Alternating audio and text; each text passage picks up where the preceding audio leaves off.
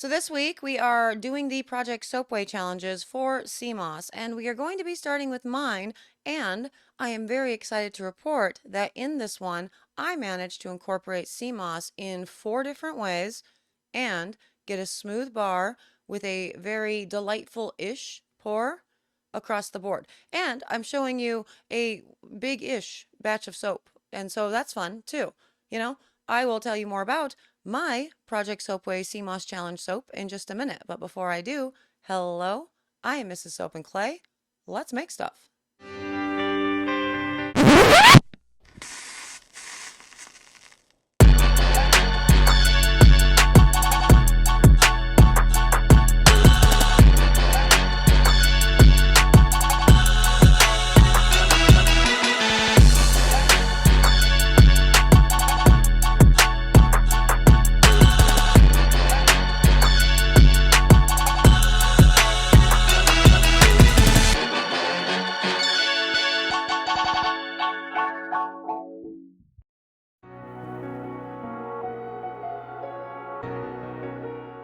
How's it going, Sudsers? Welcome back to the channel. You are at Soap and Clay, where we make all the soapy things. And you are here for, as I said, the CMOS challenge for Project Soapway.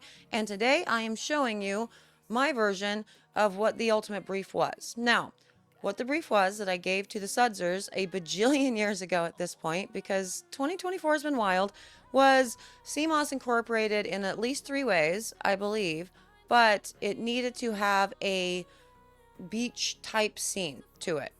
And so I thought that I was going to lean into playing with the CMOS itself and sort of creating maybe like the ultimate goal was a 2-color swirl using a hanger tool to pull a cream color into a green color. And so the thought was in the middle they would meet, and no matter which way you turned the bar, it would look like CMOS, like, you know, doing its thing. And so that's what I was going for with all of this. Now, for the inclusions, the incorporations for the CMOS, I went ahead and used the CMOS gel that worked for this with the purple CMOS. And I also used the CMOS that did not work within the lye solution itself. And then I also went ahead and ground down a whole bunch of CMOS of the purple CMOS that worked and put it in as an exfoliant because I wanted to see what it would do and if it would create those ugly like soap scummy things that we got, you know. And then I also used it in the oils themselves, so that the regular CMOS gel within the lye plus the CMOS itself like in whole form within the lye solution, and then also the CMOS gel within the oils. So there's 4 ways that I did the thing. And yeah, it worked out really well, I guess, ultimately. Did not go exactly as planned with the design, but I'm going to show you more about that and talk more about that while I actually pour this.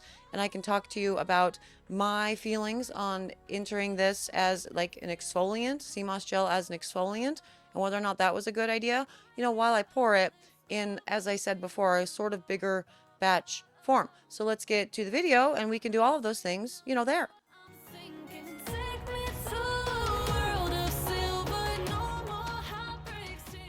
Okay, so we are working with my CMOS soap today, and we are going to be doing this pretty fun, really, because we are working with about 15 total pounds of soap with all of this, about 48 bars. And it is going to be a CMOS soap that has CMOS incorporated a number of ways. So as you just saw, I had the whole CMOS in one lye solution. And in the second lye solution, I had wine and CMOS gel and water. And so the wine was 50% and the water and was the other 50% less the 8 total ounces of CMOS gel that I put into it. So that's what we're working with there. The oils, they are my big bubble blend. So we have, oh, well, all kinds of stuff in it. There's castor, there's palm, there's coconut oil, there's olive, and yeah, it's a good time. I've done my big bubble blend before on the channel. I love this recipe. It is not something that requires any sort of extra additives in it to make a massive, awesome big bubble, but it is definitely something special when you add things like, you know, alcohol that has the sugars in it, so you get all the big super duper bubbles. Now with this, I thought that I would incorporate as well the sea moss gel into the actual oils themselves. And so I went ahead and put 8 ounces of sea moss gel into the total oils within all of this. Again, we're working with about 15 pounds of soap when it's all said and done. And so normally it would be around 2 ounces per like 1 dozen batch is what that works out to, 1 dozen bar batch. And for my design, I wanted to lean into this soap staying a little bit fluid, long enough for me to get all of my colors dialed in and whatnot, but was assuming that because we had the wine within it, that it was going to thicken up pretty quickly. I have done wine soaps on the channel before, and a lot of them really do firm up very, very fast. And so I thought that would work out really well for what I was going for with my ultimate design vision, which was going to be essentially like a white, like a beige sea moss and a green sea moss kind of hitting each other in the middle of the bar. So pouring this into a slab mold and then using a hanger to kind of push and pull the two colors together, 3 colors in this case. Anyway, let's go on to the pour. It'll make more sense there.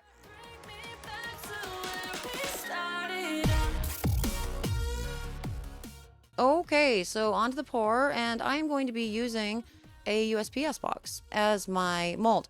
I do this a whole bunch. I haven't actually shown this on the channel before because I try to make it easier, more accessible to do like a 1 dozen bar batch of soap every single time we, make soap on the channel, just for ease of use for you.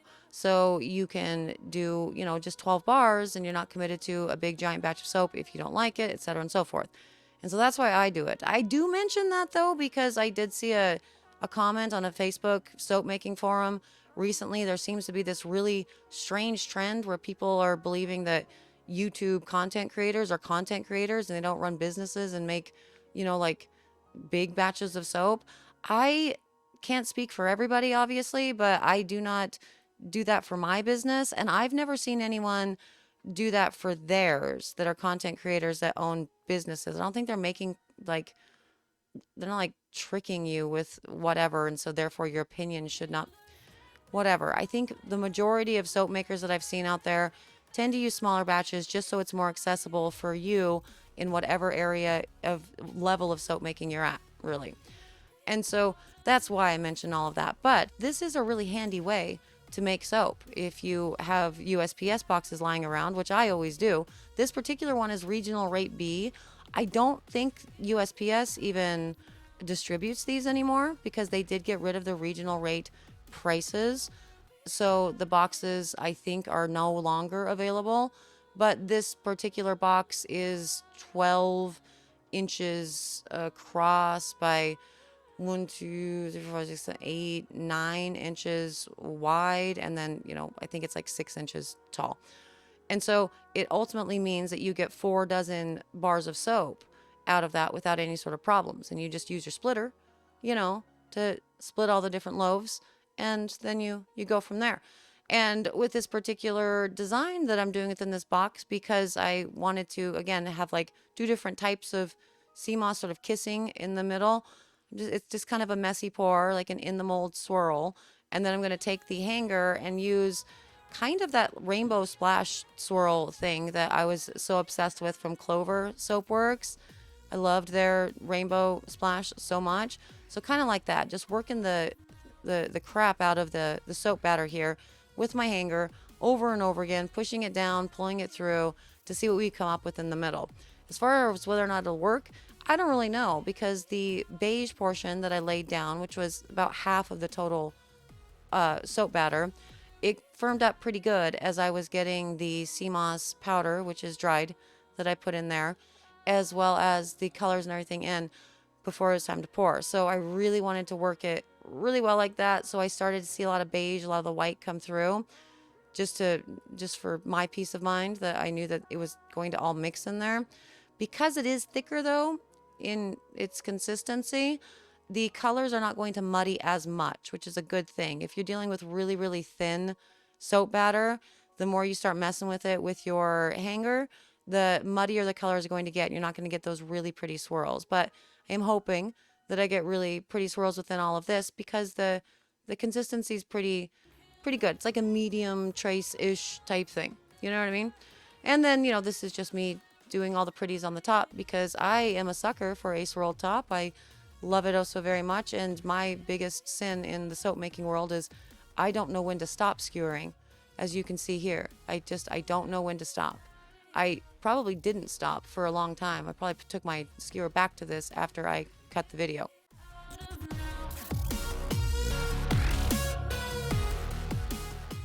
Okay, now on to the cut, and we're just going to start out right here for reasons unknown, but here you go. Look at that. Wasn't that beautiful? It looked like a frog. That was super cute. It's nothing like sea moss, but it was frog-esque, and that's adorable. And so, I'm not mad at that, I suppose. I just wish I had gotten more of a sea moss type vibe, but across the board, every single one of these soaps ultimately ended up being like a really cool soap Rorschach test. You see different patterns, and if you pair them up, the one bar to the next, you can form your pattern of a butterfly swirl or a lotus swirl, or in the case of the one that I showed at the very beginning, a frog. So I love that. Also, what I love with all of this is how smooth all of these sea moss soaps were. It really did make a huge difference once I switched the sea moss that I was using, because it made it easier to get a gel, which made it easier to incorporate. So there's no big chunks of sea moss hanging out in here, with the exception of what I was wanting to, have chunks of it in, which was for the exfoliant, and you can barely see any of that. I had a pretty light hand with that, but the, darker purpley bits within all of that, that would be the sea moss powder that I ground down while it was dry. Do I think it's going to have a benefit? No, but I wanted to see if it was going to actually provide a scrubby nature to it. And I did not really find that to be the case when I was using it. I would have much preferred to use a proper scrubby, so a jojoba bead or a walnut shell powder if you're making for personal use, and or people that aren't allergic to nuts. But I try to stay away from that as much as possible, just so we can avoid all potential bigger allergens. You can, I guess, theoretically be allergic to anything, but you know what I mean. So I would have preferred a better scrubby within all of this, perhaps some pumice, I don't know, but it did have a very mild, gentle exfoliant. As far as it lasting in the shower, obviously the bar itself lasted. Look, that's kind of another frog or something. That's kind of cute. But the bar itself lasted, as long as it was meant to. But I did notice that after it had been wet and then was set on its drying dish, the soap dish, after a shower, the sea moss kind of started to do weird things, like it was absorbing the moisture from it having been used, the soap having been used, and it started to kind of expand in really interesting ways and made for a sort of gelatinous next use of the bar. So that wasn't super appealing. I wasn't in love with that. So as far as using it as an exfoliant in soap, I don't recommend it. I don't really recommend using a powder as an exfoliant, the sea moss powder as an exfoliant for much of anything, because if you put it into, maybe a sugar scrub, but I think you're still dealing with the same problems of, if it comes in contact with water, it's going to start feeling like gelatinous and slimy. What could be fun though, because of the nature of the sea moss gel, you could create a melt and pour soap. So a hot process soap, a clear melt and pour, a jelly soap with this, and it would really add to the gelatinous nature and the jelly nature of those types of soaps. That would be delightful. I would like that a lot. I don't know why I put those two soaps together. They don't go together. No pattern was revealed between those two soaps. But across the board, this is really beautiful. I love all of the soaps that came out of this. For those wondering, this was C-popped and gelled. In order to do the USPS box in that, it's just easy. I just take the box and put it in my oven, and look, boom, now you have your C-pop phase. That's it, But that one's my favorite, ultimately, with the frog. I'm probably going to use that as my thumbnail because it's pretty cute. But across the board, look, I did it. I had a really successful ground with the sea moss, and that's my soap challenge, Project Soapway, all the things. Now let's go back to my face and talk a little bit more about this. And there it is, my sea moss soap for Project Soapway. And yeah, totally worked. I got a smooth bar. It was great. It did really, really thicken up quickly, but I was going to expect that anyway and kind of wanted it because, again, if I was going to be using the hanger tool to pull one color into and then push the other color down between the two, I really did not want a super thin batter, but I did know it was going to be kind of thick anyway because I was using half of the lye solution was wine, because this was a wine soap that I thought could serve dual purpose. You know what I mean? So as far as the using of the sea moss as an exfoliant, sure. I did find in my tests though, when I had it in my shower, that this particular soap, it does eventually, as it gets enough water to it, they stop becoming like an exfoliant and they do just kind of get like mushy. And so that's probably not the best idea if you really do want a scrubby bar, but for the look of the thing and to incorporate it another way, it's fine. As I've said before, the actual putting of the ground sea moss in to a soap, I don't think is going to have a lot of benefit topically because it's not on your skin for very long. But as far as sea moss generally in a leave-on, yeah, people are loving it. It's great. So a lot of questions that I've been getting about the sea moss that I haven't really answered is, first and foremost, does the lye solution smell? Yes, it does. It smells like ammonia when you put the sea moss gel into the lye solution. It's not a fun time. It doesn't smell within the oils, and in the finished product, whether it's scented or not, the sea moss soap itself does not smell. So that's a good thing. As far as cosmetics, I have been unable to get that smell to go away, but someone did recommend using, because I queried within a video, I wonder if the lemons within the sea moss, gel phase would make it smell not as bad. And someone commented and did confirm that that is a good way to do it. So I'm going to experiment with that too. So there's that. Very excited about it. I am really, really excited to show you guys all of the Project Soapway Sea Moss Challenge winners. We have a lot of really awesome ones here. We have a person who did melt and pour from scratch using sea moss. So she did a hot process cook, made it look beautiful. We have two others that got gorgeous, smooth, perfect bars with all of their sea moss incorporations. And one of them gave me like a bajillion hours worth of footage with all kinds of information on her tips and tricks on how to incorporate sea moss and make a gel and everything. So that's going to be super beneficial. So if you want to see that, definitely like, subscribe, comment, share, algorithm, things. Yeah, that. Sudzers, hi. I hope your weekend was amazing. I had an excellent weekend. It was Mother's Day weekend, and we just made a whole time of it. So we left on Friday, and we were gone the entire weekend. We went to the children's first ever concert. That was a journey. And then just got to hang out in Seattle and did the selfie museum and checked out, Pike's Place and all the things. It was a good time, for sure. So I'm going to go. I'm a little bit tired, but I have 1,000,002 things to do. I am getting a new members only video out today announcing the next 2 Project Soapway challenges. So be on the lookout for that. I'm also getting a members only video out today while I stamp a whole bunch of stuff and talk about this project thing that I'm working on that I've been wanting to do with you guys for a while.